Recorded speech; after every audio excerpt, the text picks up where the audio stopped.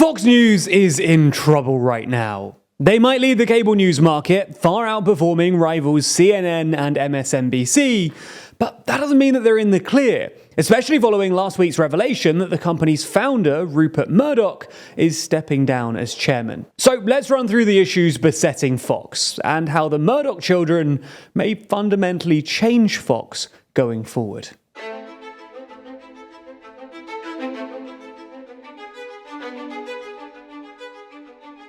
Fox News has a number of pretty major issues right now, and honestly, there's kind of too many to properly get into. So let's put 3.5 minutes on the clock and see how many I get through. The first, most obvious issue is that the businesses Murdoch owns are inherently struggling right now.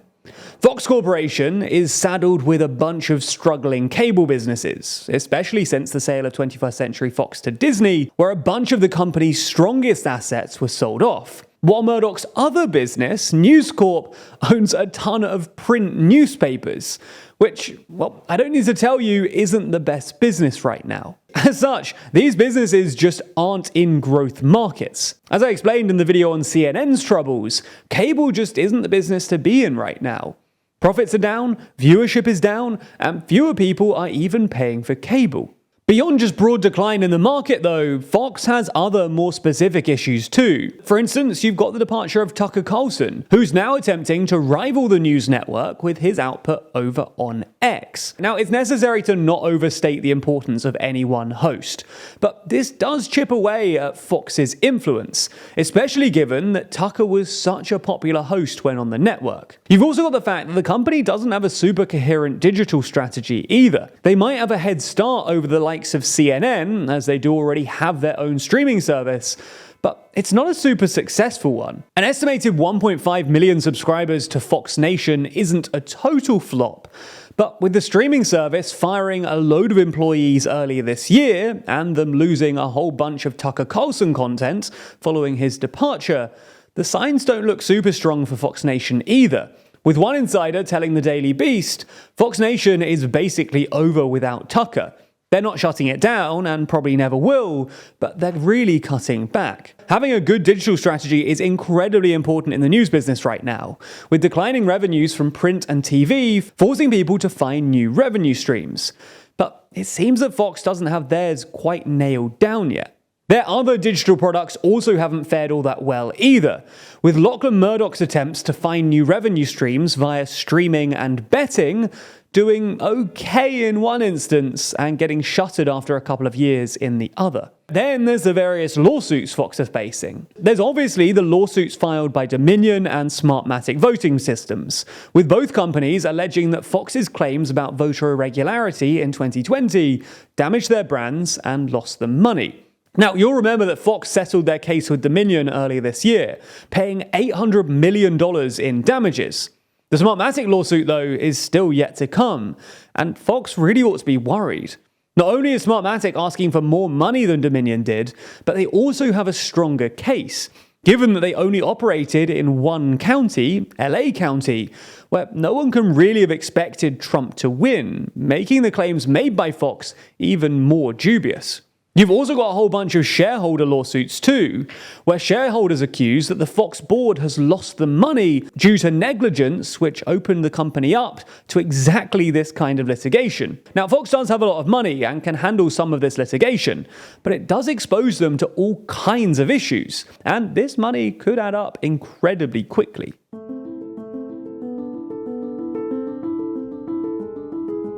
You could argue that all of these problems stem from a wider problem in Fox's leadership. Until later in the year, when he officially steps down, Rupert Murdoch serves as the company's chairman and theoretically runs the business. The thing is, that he appears to have been pretty absent from this post. And we know this because during the Dominion trial, a whole bunch of official Murdoch communication was disclosed, revealing quite how passive Rupert has been. Now, it's very possible that Rupert was playing up his lack of involvement to avoid litigation against him, something he was accused of doing during the News of the World trial more than a decade ago. But official documents and email threads do suggest that he genuinely wasn't behind the wheel all that much at Fox, preferring to focus on his print news business, which has reportedly always been his bigger passion. He also seemingly just doesn't really like Fox News, falling out with the network's hosts, calling Hannity a and stupid just like Americans. To be honest, his primary interest in Fox seems to stem from the fact that it provides him with money and influence, the two things that he does still very much care about. Now, this lack of interest from Rupert shouldn't be a major issue, because in theory, Lachlan Murdoch, Rupert's eldest boy, was in charge, acting as Fox's CEO. But like his father, he also seems oddly disengaged, with him spending a lot of time living in Australia. But attempting to run the business on a 14-hour time difference isn't all that easy. So without him, there's also Suzanne Scott, who oversees things in her capacity as CEO of Fox News. But again, Scott also seems kind of absent, with insiders reporting that Viet Din, the company's chief legal and policy officer, actually is the one who runs things day to day. Now, this confusion and lack of leadership really left a power vacuum at the heart of the company, putting them in a position where there's no one really in place to prevent the emergence of these lawsuits, misinformation, talent issues, struggling side ventures, etc., etc. However, with Rupert now stepping down, officially at least, this does leave space for a new, maybe stronger chairman to take his place. To understand the future of Fox News, we need to understand the relationship between Rupert Murdoch and his children: Prudence, Elizabeth, Lachlan, James, Grace, and Chloe, with Lachlan selected to take over from Rupert. Before we get into them though, the first thing you need to know is that just because Rupert has stepped down from his position as chairman doesn't mean that he's fully stepping away, with him awarding himself the invented title of Chairman Emeritus, which may mean that the new chairman will still have Rupert behind the scenes, still controlling what's going on. Also, despite being a public company, Rupert Murdoch still essentially controls it as the sole controller of the Murdoch Family Trust, meaning that in some ways, he's able to act like a private business. That is, until the day comes when he dies and he passes on the company, with the trust terms dictating that control will be split 4 ways, with Prudence, Elizabeth, Lachlan, and James all being given equal voting rights in the company. There's also notably no tiebreaker, which means that all decisions will need the approval of 3 out of the 4 children, which is where things get truly complicated for the future of Fox News. So let's run through the children quickly and assess what each of them really wants. Starting with Lachlan Murdoch, the new chairman. According to inside sources, Lachlan is in some ways more conservative than his father is, and certainly more Trumpy, with Rupert actually quite disliking the former president, and even using his network to boost alternative candidates for 2024 like Ron DeSantis, and try and prevent Trump from retaking power. Lachlan is also close with a number of key Fox personalities, with him described as Carlson's greatest defender before his departure. The point with Lachlan is that he wants to keep Fox Fox, so as long as he's in control, very little is going to change with the business. In fact, he's reportedly even tried to solidify his control over the business, with Michael Wolff's upcoming book on the topic apparently revealing that Lachlan has been in talk with Middle Eastern financiers in an effort to buy back the company from shareholders and take the business private once again. Now, James Murdoch doesn't agree with his brother on this. James is notably more centrist than Lachlan, arguably even leaning left, with him and his wife hosting a Biden fundraiser in 2022. As such, he reportedly believes that Fox News is a cancer on the body politic and wants to turn the business into a force for good. Now, it's not super clear how he wants to do this without alienating the core Fox audience, which would not only lose them a ton of viewers, but would also likely push them towards other, further right networks, rather than actually moderating debate. As such, James apparently doesn't want to sell the business. He might dislike the network he profits from, but he also doesn't want to hand it over to a private equity firm who he fears could make Fox even worse. Elizabeth Murdoch is apparently unconvinced by this logic though.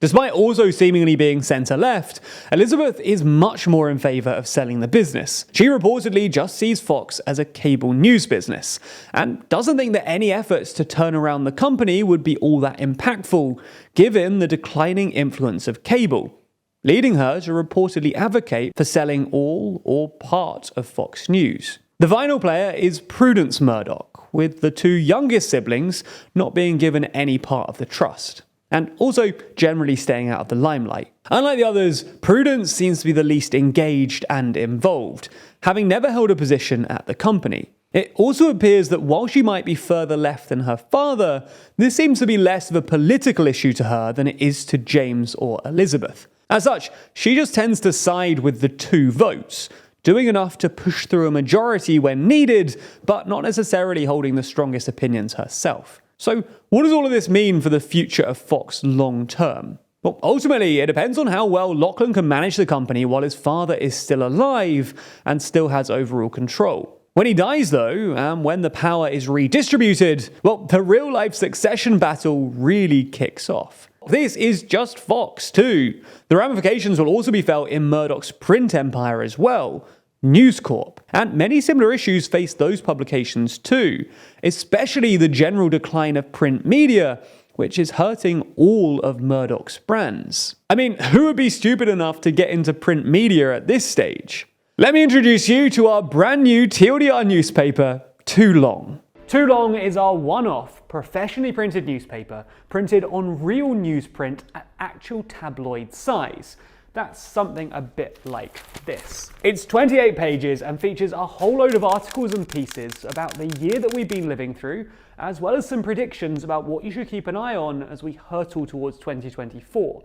And the good news is that unlike newspapers like this one, it's not just full of ads. It's actually got some real reporting in it, written exclusively for the newspaper by our team and a select group of your favourite creators. We're also working really hard on the design of the newspaper. So it's not only going to look like a newspaper, it's also going to be classically TLDR, featuring beautiful images and illustrations just for Too Long. It's not just about the content either.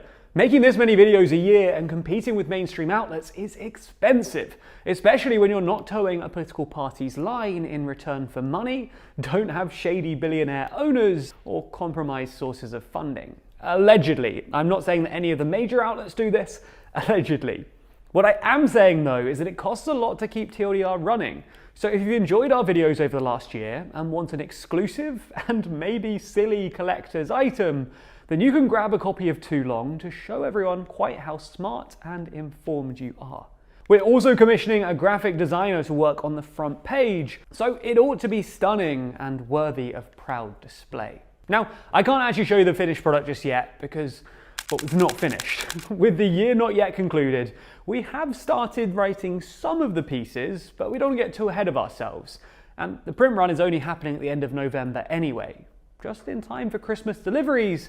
If you have a TLDR fan in your life, you might appreciate a copy. Despite not being ready to show you just yet, it'll be super useful to know how many copies we need to get printed. So we're running a limited time pre-sale, which will be available for the next 2 weeks. We will be selling them again later in the year, but if you want to be guaranteed a copy, then now is your time to order. And it also saves us the headache of guessing how many copies we need to get printed, so we'd really appreciate it. Also, as an exclusive bonus for this pre-sale, if you pick up the editor's package, you'll not only get the newspaper, but you'll also get access to our fortnightly video podcast, The Bullpen, where we discuss the writing of the paper and let you vote for the topics you want to see covered inside. Plus, as an editor, you'll get your name printed in the finished edition as a special thank you. Anyway, you can place your pre-order now for $7.99 or $17.99, a price which not only covers the surprisingly expensive cost of writing, designing, and professionally printing a paper like this, but also helps to fund new, free content as we head into 2024. So enjoy our recap of the year, support the channel, and get yourself a newspaper from a YouTube channel, yes, that is a bit weird, by clicking the link in the description. Thanks for your support and for continuing to watch TLDR. As always, it's really appreciated.